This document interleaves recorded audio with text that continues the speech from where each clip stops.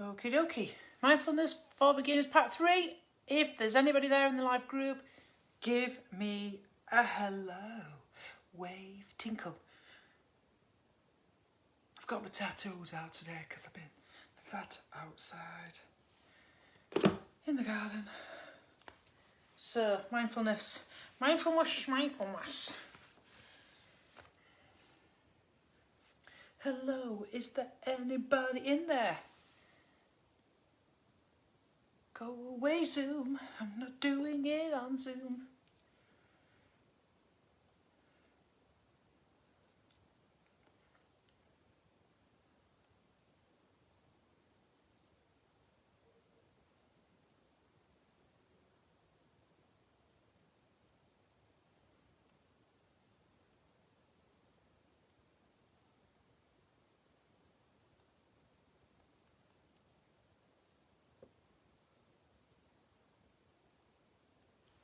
So I'm not on Jitsi.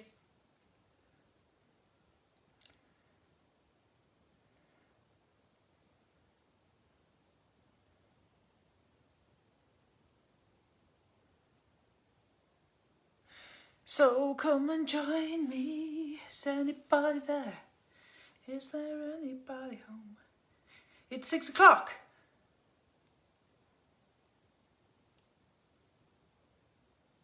Who's started a video chat? Tom, why are you starting a video chat? I will have to get the group class out. I will send you the link for the class. Hello, Kate! Can't figure out Jitsi on my phone. No, you have to download the app, I'm afraid, gorgeous. Let's stick with this for now because I'm still having problems fiddling around with it, you know. And also it's easy for me to edit it and put it on YouTube or in a tube. YouTube, I'm just sending a link because I don't know what's happening. Tom keeps clicking on something. Clicking on something. Yes, thank you, Kate. I will just I'll just share the group, copy link, and I'm just yes, I've got the app, I still can't do it, love. Oh yeah, don't worry about it. What I'm going to do is we're going to type up some instructions just to make it easy, just for everybody. Is that okay? That will be coming soon. Because, you know, we're not all technological and that's fine. It's just been an absolute learning curve for me and it's still a learning curve. Because if you know anything about what happened on Friday after we did the live class, it recorded without sound on YouTube. So, a bit annoyed I was. Right then, we'll make a start now because it's 6 o'clock. So, right, so far we are on week 3. I'll just get myself on my little cushion here because it helps to get a little bit of elevation when you do meditation, mindfulness. Stops my legs from going numb. Now, really sort of the intention of these videos is to help provide building blocks in terms of the key main mindfulness practices that are totally go-to and that ultimately at the end of the day, depending where you are at the particular period in your life and what's going on and what sort of person you are, you pick the one that best suits you. So if you've got access to all of the practices, all the videos on YouTube, of course, that can be shared by a link. Now, the whole point of mindfulness is that you are being your own teacher, and that's very, very important. You're doing what works for you. I think people get hung up on this stereotype of mindfulness and what it's meant to be looking like, you know. Are we going to be sat like Kung Fu Panda? Or are we going to be like a Buddhist monk and going on and we're sat there for hours on end, which really, at the end of the day, is not really attainable when we're living modern Western world. And when you're a Buddhist monk, that's all you do all day, because that's your job. But, you know, end of the day, we've got other things to be getting on with. So, really what we're going to be doing today is 2 key practices. The first one is the traditional seated, which helps you to focus on a sense of clarity and concentration and peace. Helps you to do good at something. It's the traditional form of mindfulness. The one that is quite possibly used a lot in sport. So you have that singular attentive focus, building up the muscle of the brain through the attention on that particular thing. But also Adjust Be practice. Now, Adjust Be practice is probably the healthiest and the best practice, I think, when it comes to mindfulness, because it's all about self-acceptance. And in the Western society, we have far too many pressures to prove and improve ourselves. And, you know, this kind of attitude at the moment that sort of, while we're all in self-isolation, because we're supposed to be, oh, we've got plenty of time to be making bread, sourdough, or, you know, writing a novel. Being creative isn't really an option when you're stuck in fight, flight, or anxious, freeze-flop mood. We've been going through stages, I think. I think the first sort of week it was sort of shock, and then the second sort of week it was a kind of agitation, not knowing how to settle. And then we're coming into the third, fourth week where I think we're dropping down more into the ventral vagal, where we're more into this kind of freeze mode, where we feel quite unmotivated. So it's quite important that we get really unstuck. And that has really sort of been the focus of all my yoga lessons on Wednesday and Friday. And I've been incorporating those techniques that helps balance out our nervous system in this quite difficult, sort of challenging time. And this is stuff that I've learned and trained in as a yoga therapist. Now, obviously, next week we are going to look at how we can build a consistent mindfulness practice despite the challenges and the excuses that we tend to make to ourselves and to others that we don't have time. You don't have to be practicing very long at all. And I'll be talking about how short they could even be as a mindful practice. Now, when I was talking about earlier the whole idea of being your own teacher and doing a practice that works for you, I know the practices that work for me is a body-based movement practice. Because of my anxious mind and anxious body, I'm quite hyper. And that works for me. Yoga in my own practice, which I do every day, is a mindful movement, and I focus on the interoception, the sensations of the physical practice, just getting into it. I'm not really thinking about anything when I'm doing my own yoga practice. It's bizarre. It's what they call in sports a flow state, and I get in this kind of flow state where I'm just losing all sense of time. And it's great. I'm not really thinking anything. I'm just really concentrating on my breath, and I'm really feeling the pose. I'm feeling the floor, feeling the ground. I'm really focusing on the tactile sensations. I'm focusing on the sensations, what's going on in my muscles in terms of squeeze and release and tension and all those lovely little things. So, you know, mindful movement is good if that's who you are. Yoga is a bottom-up practice. It can help you, because it'll be much more, because yoga is quite more grounding, it's much more useful in traumatic states and people with PTSD, addictions. If you have, or think you have, an underlying sort of mental well-being issue, where you don't really want that space where you want that, you know, the pain to fill the gap. And then eventually you might get into a much more guided, mindful, and then a much more spacious awareness practice.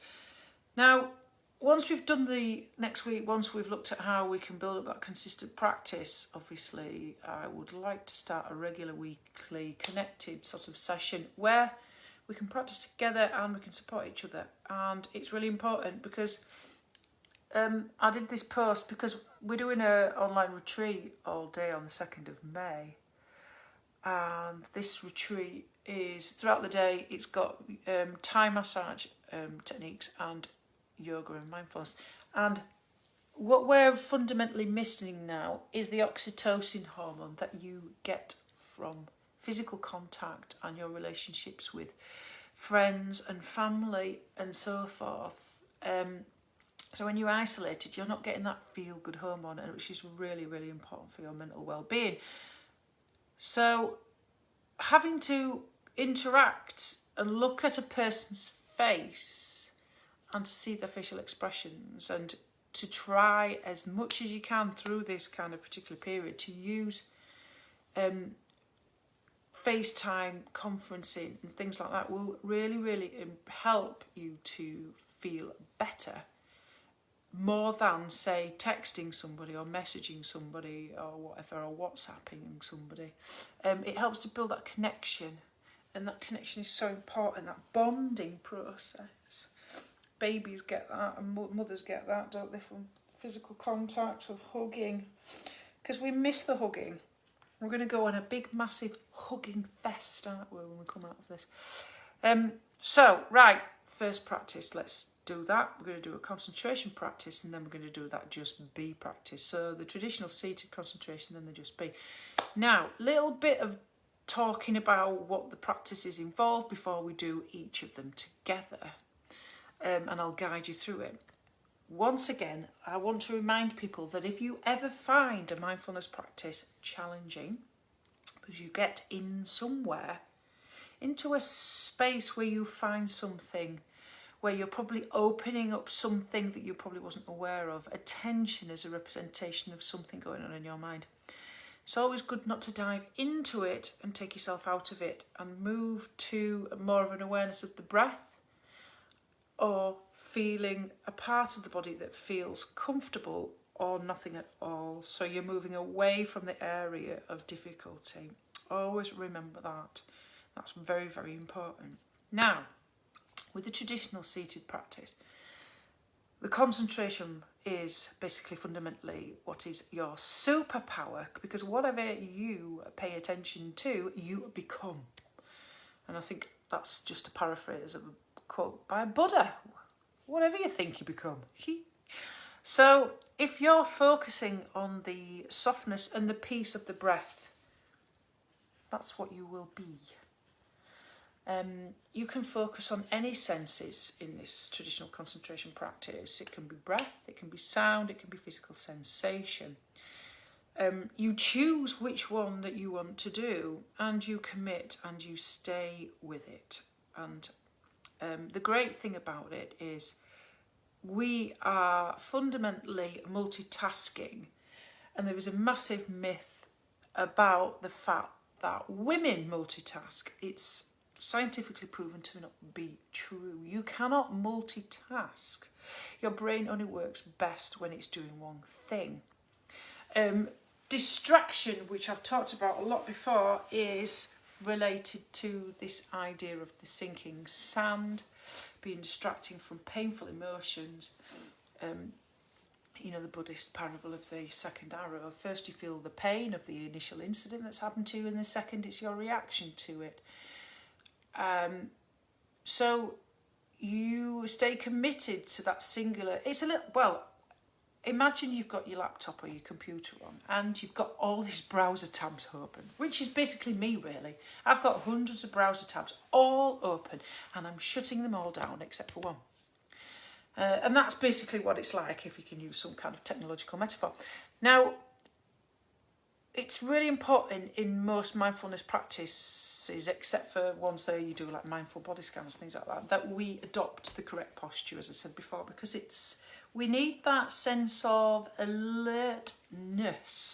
Okay, so let's practice that one now, the concentration practice. Let's do it together. It really helps if you sit on something that really elevates your hips. One, you won't get pins and needles. And your neck goes completely numb, and then when you try and move after you finish, you just go, oh, I can't stand up.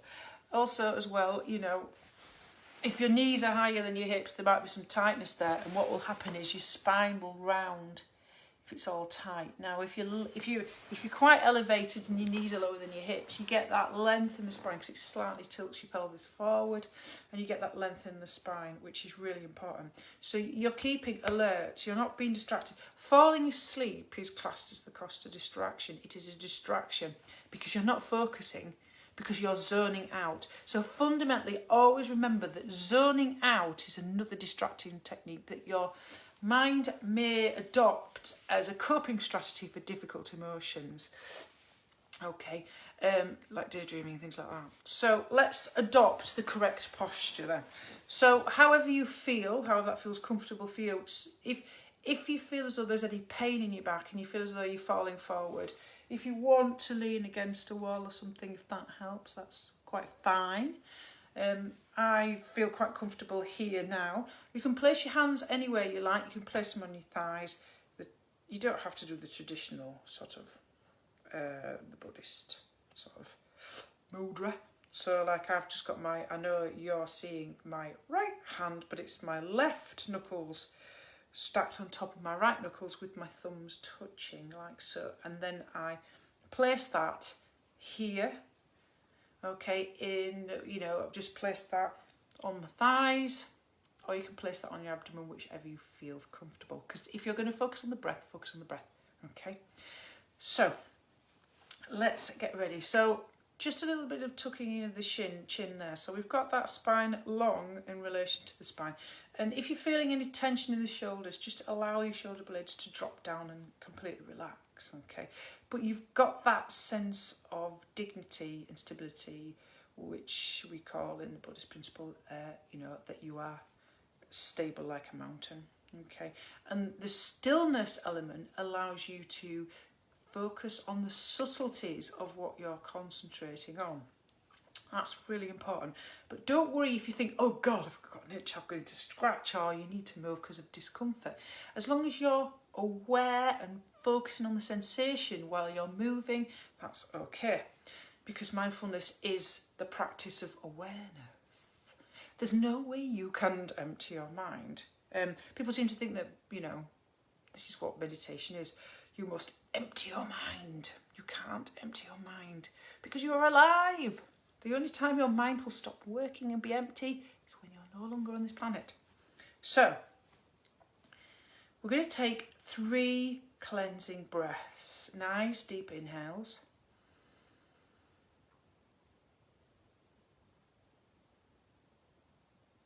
And nice deep exhales. And really think of that inhale as an upward motion of alertness with the lengthening of the spine. And that kind of outward, downward softness. So on the exhale, you're letting go of the jaw, the eyes, the mouth, anywhere that you're holding any tension, such as the hands and the knees and the shoulders.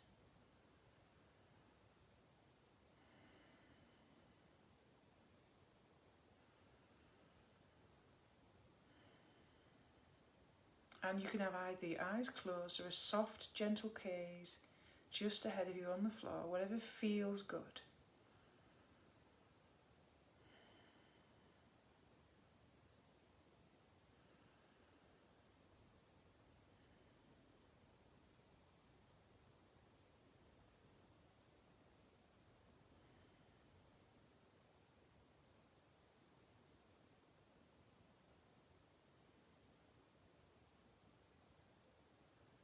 And we're just going to arrive and start with the beginning of the quality of openness.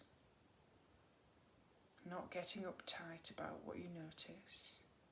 Just imagine anything that's coming into your awareness, such as sensations, sounds, awareness of the breath. Instead of bracing against it, just allow them to come in and out of your attention.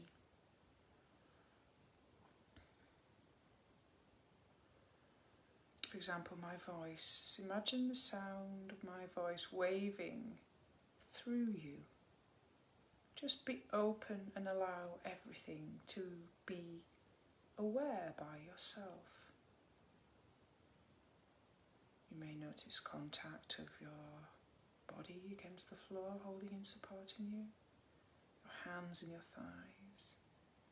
Pulsation. Sound. Drifting in and out. Awareness of the breath at the tip of the nose, or expansion and contraction of the torso with each breath. Just allow things to come to you. An openness, an expansiveness. And just now to pay attention to whatever you feel you can concentrate on, but do not spend too much time deciding. You may notice the breath at the tip of your nostrils. You feel cool air coming in and warm air tickling the top of the lip as your focus for this entire practice.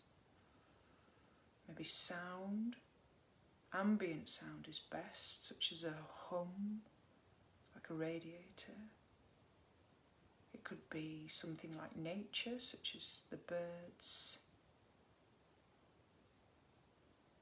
If you want to feel grounded and centered and have that for the basis of your practice, be aware of the breath in the belly, as if there's a balloon just behind your belly button. That helps you to feel centered, allows you to feel a sense of agency and control in this crazy world. And also allows you to feel much more grounded and out, takes you furthest away from your head, from your anxious thoughts. Or maybe you just want to notice the contact of your hands and your hips and legs on the floor. Just to feel grounded and secure, stable, strong.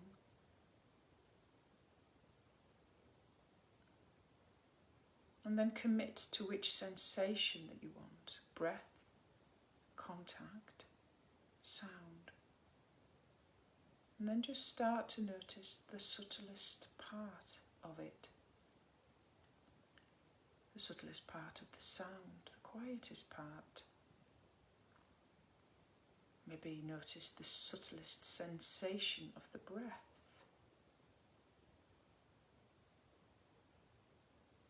Just get into that awareness.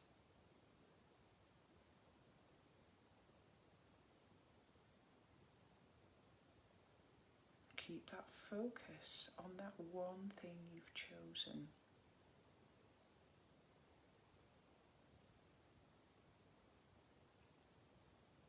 And if your mind wanders, becomes distracted, just notice.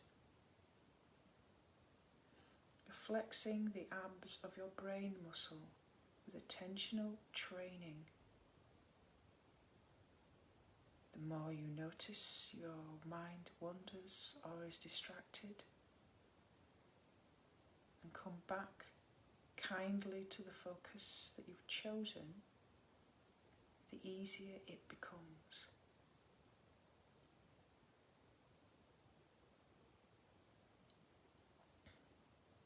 Over time,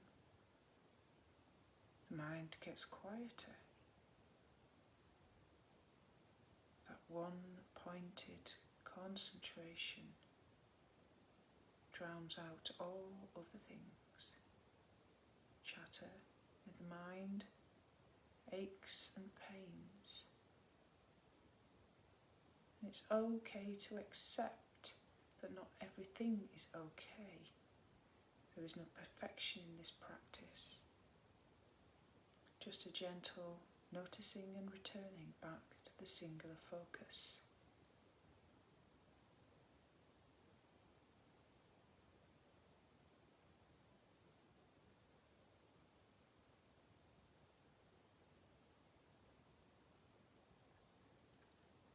The essence of concentration is doing one thing at one time. This allows you to let go.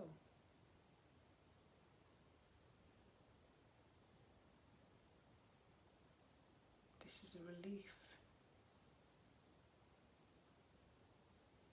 Everything else is drowned out.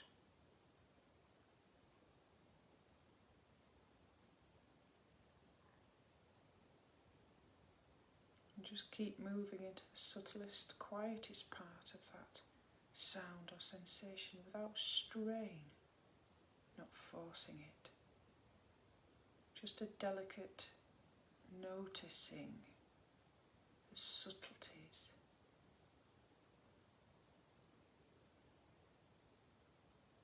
Keeping that awareness for a few more moments in silence.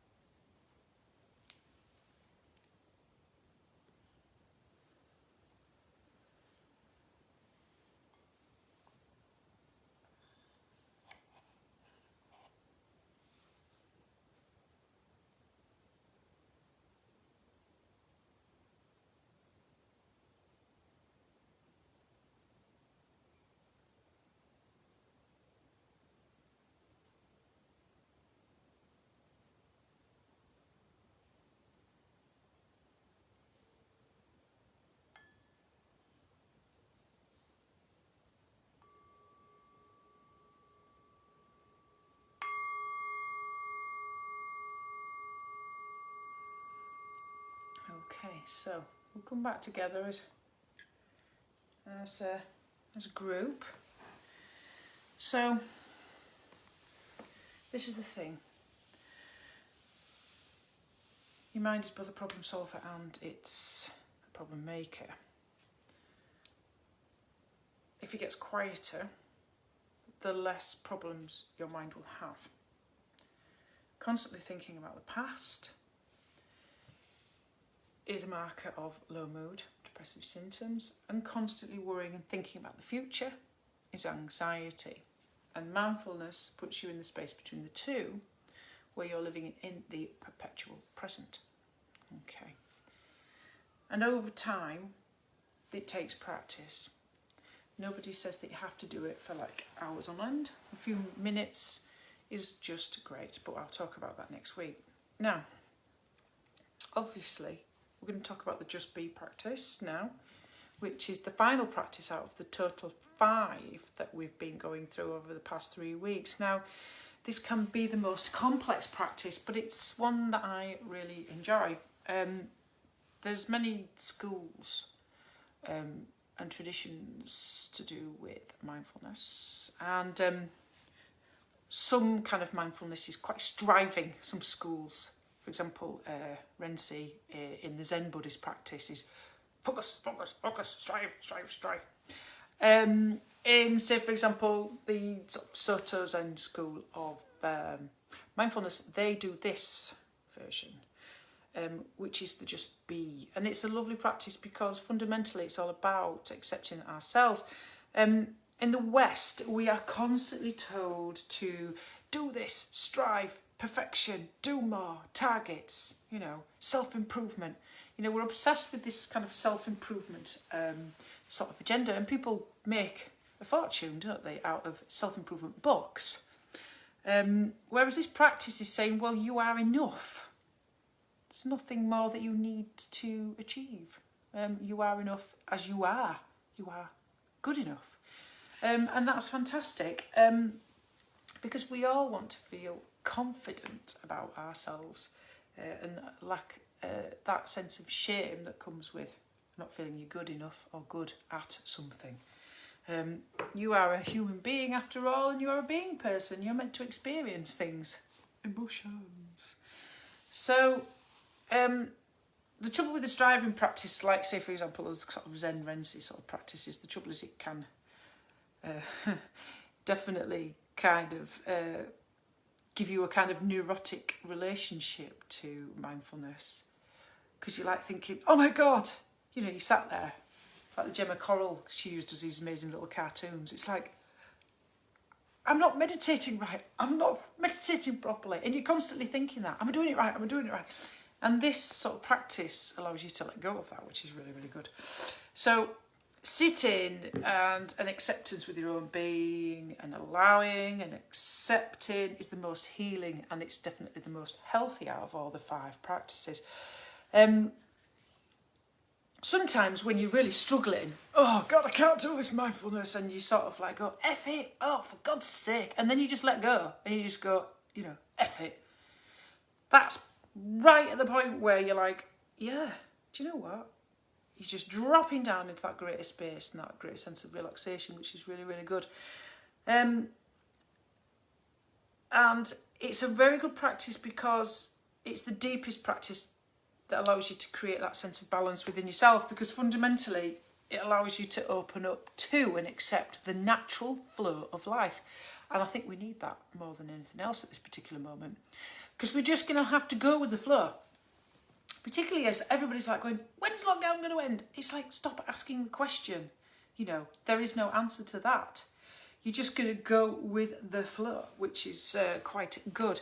Also, it really allows you to take a step back. So if you're in a really intense situation, you just can't see my way through it, can't see the wood for the trees, or things are just too intense emotionally, or you feel as though things around you are just getting too toxic and everybody's sort of falling out, and you just feel tempted to put your 10 penneth in, which would just sort of be inflammatory in the situation. So it allows you to sort of go, whoa, I can keep my powder dry and step back from this and get a sense of perspective, which is really quite good.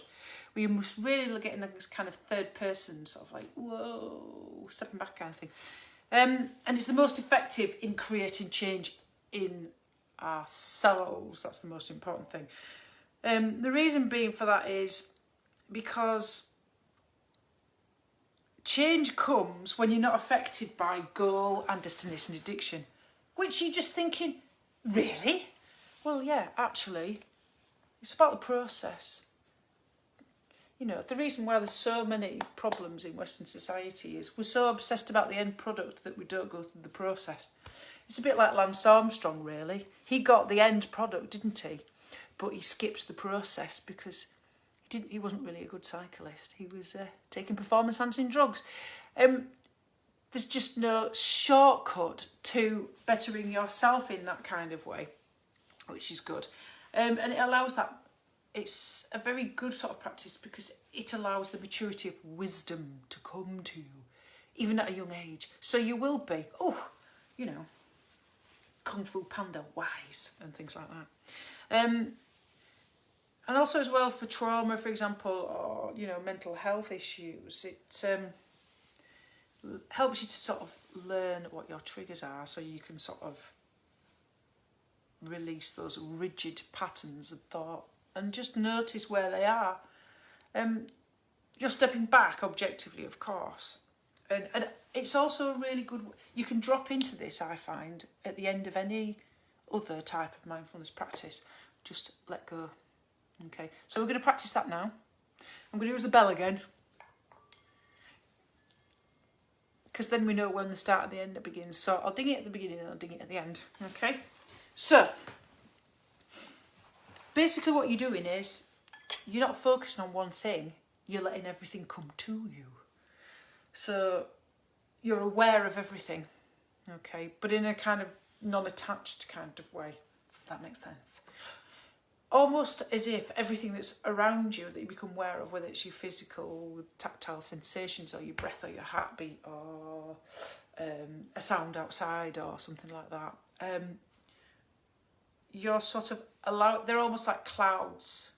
When you stare on your back and you're looking at the ceiling and you're sort of like looking up and you're just letting them go past you, but you're not sort of attaching to them. Oh, hello, got some little love hearts there, how gorgeous.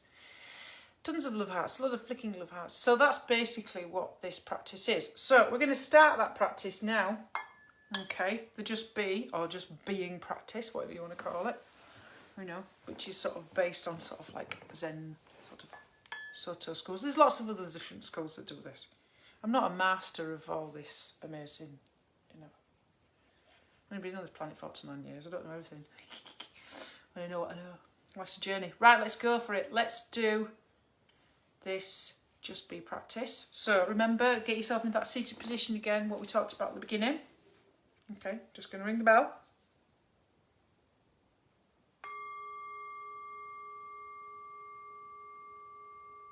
So sit comfortably back straight, with your hips and feet firmly planted. Noticing contact with whatever is holding or supporting you. Allow your body to relax and be at ease, stable, like a mountain, eyes soft gaze or closed. And exhale fully on the out breath, allowing the breath to flow naturally. And breathe in completely, with mouth open on the exhale to allow the jaw to release, or with the mouth closed and the tip of the tongue just in that line where the teeth and the roof of the mouth meet. This prevents too much saliva from building up in the mouth, so you're not distracted by that. And just remind yourself of the intention for doing this practice.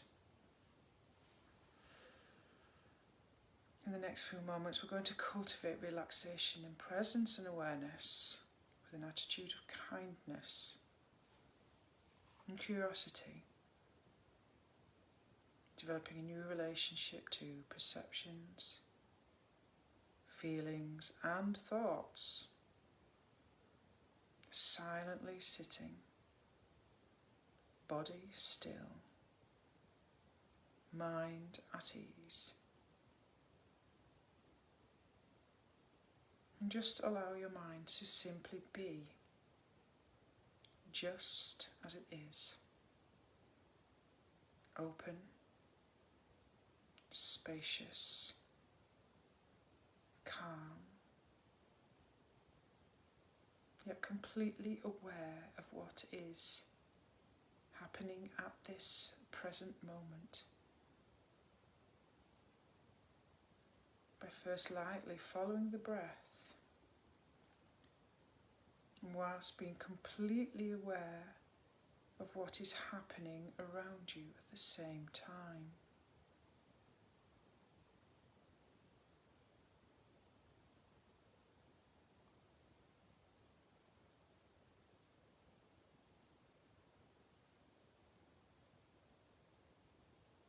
And when you're ready, let go of the focus on the breath and focus on open awareness, present,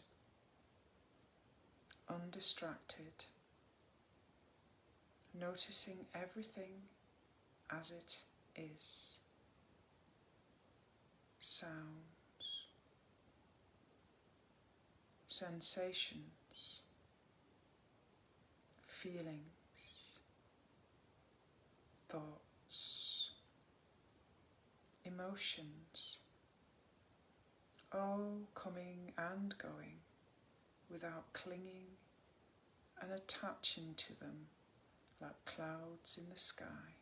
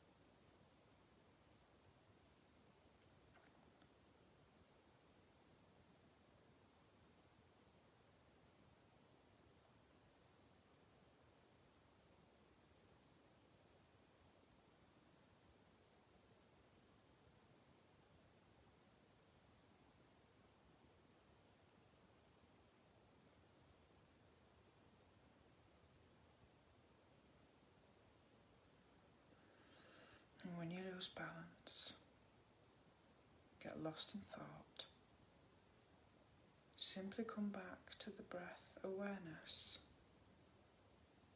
And then when you're ready, let go of the breath again and move into open awareness to everything that's floating in and out of your attention, undistracted by what arises in the present moment.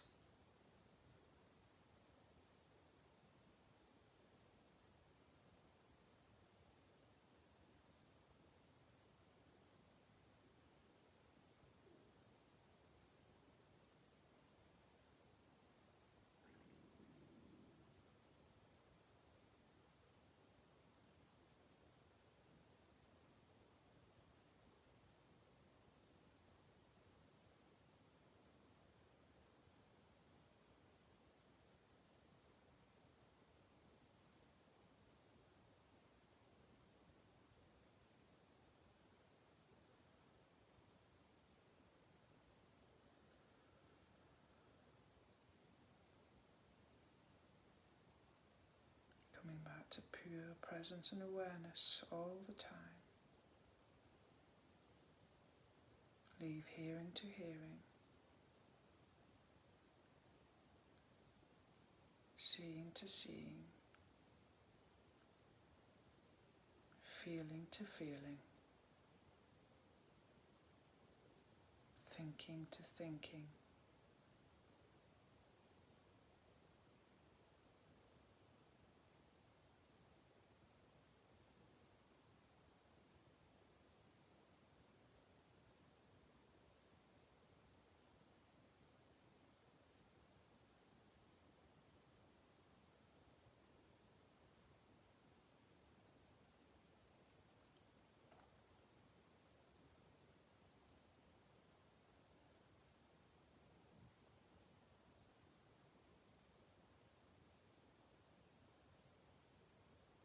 Completely open, present moment. Nothing to do, nowhere to go, nowhere to be, just simply being.